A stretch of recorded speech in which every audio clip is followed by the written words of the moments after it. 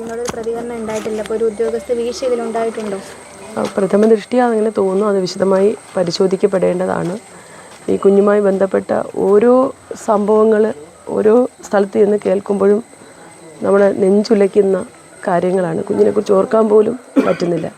തീർച്ചയായും ഈ കാര്യത്തിൽ വീഴ്ചകൾ ഉണ്ടായിട്ടുണ്ടെന്നുള്ളത് വസ്തുതയാണ്.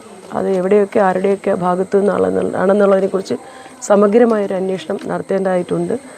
ഞാൻ കേട്ടത് ഈ കുഞ്ഞിനെ അയാൾ ടെറസിലല്ല നമ്മുടെ ഈ സൺഷെയ്ഡിൽ നിർത്തിയിട്ട് പോകുന്നു.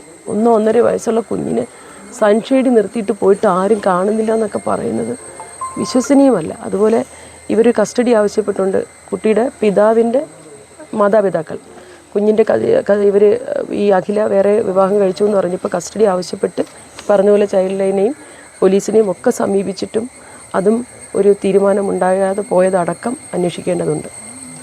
കുഞ്ഞിനെ മരണത്തിലേക്ക് തള്ളിവിട്ടത് ആരും അറിഞ്ഞുകൊണ്ടല്ലെങ്കിൽ പോലും അങ്ങനെയാണോ നടക്കുള്ള എല്ലാ കാര്യങ്ങളും പരിശോധിക്കും. കുടുംബം മറ്റു കാര്യങ്ങൾ ഉന്നയിക്കുന്നുണ്ട്. നൃത്ത ടീച്ചറുമായിട്ട് ബന്ധപ്പെട്ട് അന്വേഷണം കൂടുതൽ വേണം. അപ്പോൾ അതെങ്ങനെയായിരിക്കും? അതുമായിട്ട് അല്ല, സമഗ്രമായ അന്വേഷണം ഈ കേസിൽ ആവശ്യമാണ്. ഈ പറഞ്ഞ കുടുംബം ഉന്നയിക്കുന്ന ഓരോ സംശയങ്ങളും ദൂരീകരിക്കപ്പെടേണ്ടതാണ്. ഇനി നമ്മുടെ നാട്ടിൽ ഒരു കുഞ്ഞിനും ഈ ഒരു ദുരന്തം ഉണ്ടാകാതിരിക്കുവാൻ സർക്കാരിൻ്റെയും സമൂഹത്തിൻ്റെയും സവിശേഷമായ ശ്രദ്ധ കുഞ്ഞുങ്ങളുടെ കാര്യത്തിൽ ഉണ്ടാകും. താഴെ വീട്ടിൽ നിന്നപ്പോൾ മാം പറയുന്നുണ്ട് ആശാ വർക്കർമാർ, അംഗനവാടി, ചുറ്റുപാടുള്ള കുട്ടികളെയൊക്കെ ഒന്ന് ശ്രദ്ധിക്കണം. അപ്പം മുന്നോട്ട് അതിനുള്ള നിലപാട് എങ്ങനെയായിരിക്കും? അതിനുള്ള നിലപാട് കർശനമായ സർക്കാർ നിർദ്ദേശമായി അത് മാറും. എല്ലാവരും നമ്മളൊരു കുഞ്ഞൊരു വീട്ടിൽ വളരുന്നത് നമ്മളെന്താ കരുതുന്നത്? ലോകത്ത് ഒരു കുഞ്ഞ് ഏറ്റവും സുരക്ഷിതമായിരിക്കുന്ന അമ്മയുടെ കൈകളിലാണെന്നാണ്, അതുപോലെ അച്ഛൻ്റെയും കൈകളിൽ.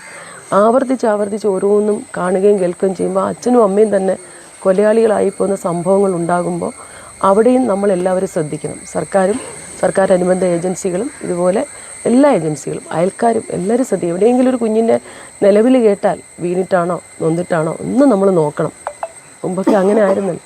ആ ഒരു ശ്രദ്ധ ആവശ്യമാണ്. അങ്ങനെ സർക്കാരിന് ചെയ്യാവുന്ന നിയമങ്ങളും ചട്ടങ്ങളും അനുസരിച്ചുള്ള എല്ലാ കാര്യങ്ങളും ചെയ്യും. അതുകൂടാതെ മനുഷ്യത്വപരമായിട്ട് സമീപനം കൂടി ഈ വിഷയത്തിൽ എടുക്കണമെന്ന ഓർമ്മപ്പെടുത്തലാണ് 1.5 വയസ്സുകാരൻ അനുഭവിച്ച ക്രൂരപീഡനം നമ്മെ അറിയിക്കുന്നത്. അല്ലാതെ നോക്കിയപ്പം 51 മുറിവുകൾ, പോസ്റ്റ്മോർട്ടത്തിൽ 90-ൽ പരം മുറിവുകൾ. എങ്ങനെ പറ്റും ആ പിഞ്ച് ഓമന? ചിന്തിക്കാൻ പറ്റുന്നില്ല.